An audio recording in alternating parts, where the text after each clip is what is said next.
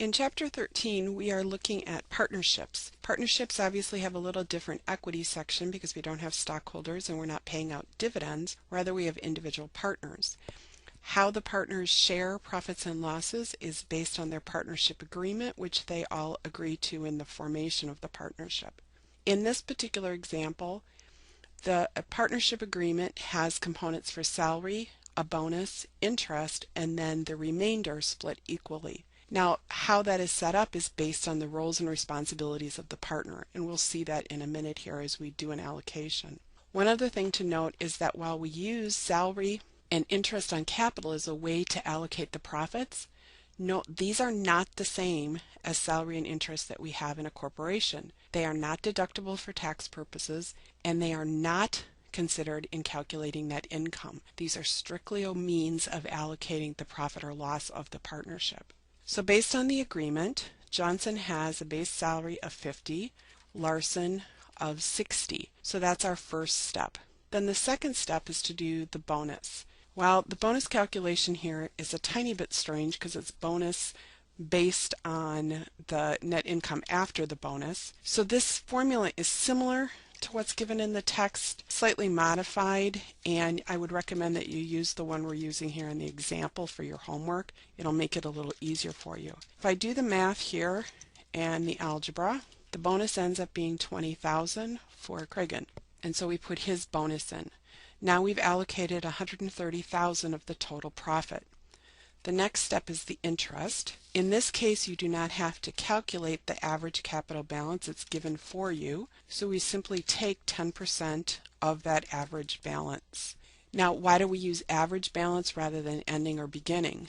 Well, average balance is a better reflection of what the partner really committed in terms of resources to the partnership for the whole year, rather than being able to manipulate the number potentially by putting money in at the beginning or end of the year or when the measuring period is. This measures consistency throughout the year.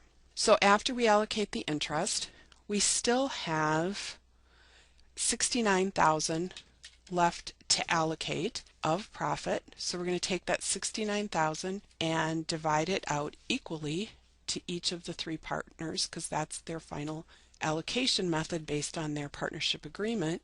And we've now allocated the full 220 of income, 77 to Johnson, 85.5 to Larson. Craigan gets 57.5.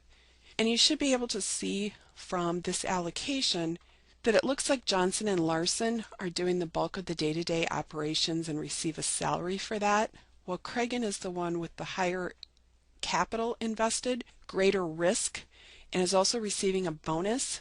Bonus may be because he's the one doing partnership building, client building, resource management, etc. Hard to say exactly without more details here, but you can tell from the bonus and the higher investment that he's the one taking the greater risk potentially, but also may have the greater return. So that's what happens with the 220. Now what happens when we have a loss in the second example? Johnson and Larson still receive their salaries, but there is no bonus, obviously, for Craigan, since you can't have a bonus on income if there is no income. And it tells us here that this was done, allocated, assuming a priority system is not followed. So we're going to go ahead and put in the full interest that we calculated from the last one. You'll see now that we've allocated 131,000, but we actually have a loss. Well, what are we going to do with that? Well, if we take what we've allocated as an absolute amount with an absolute amount of the loss, we get 165,000, and if we divide that based on their profit and loss sharing percentages here of 1/3, they each are going to also take, in addition to the other items, a hit of 55,000.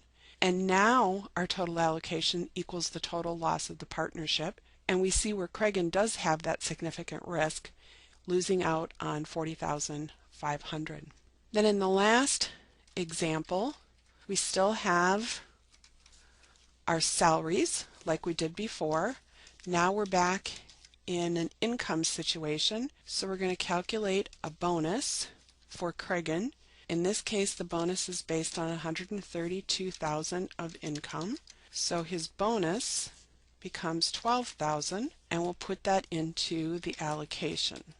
Now this one, you'll notice 122, they only have 10,000 left, and they use a priority system, so we can't allocate above and beyond the 132 that's available. So we really only have 10,000 left to allocate. Well, how do we allocate that? We're going to allocate it based on the percentages of what they would have received.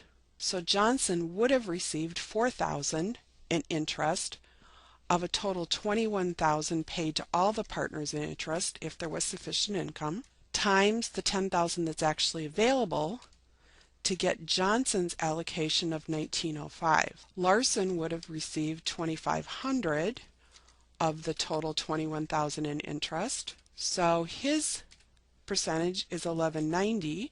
And then for Cragen, we would have paid 14,500 in interest of the total 21,000 in interest.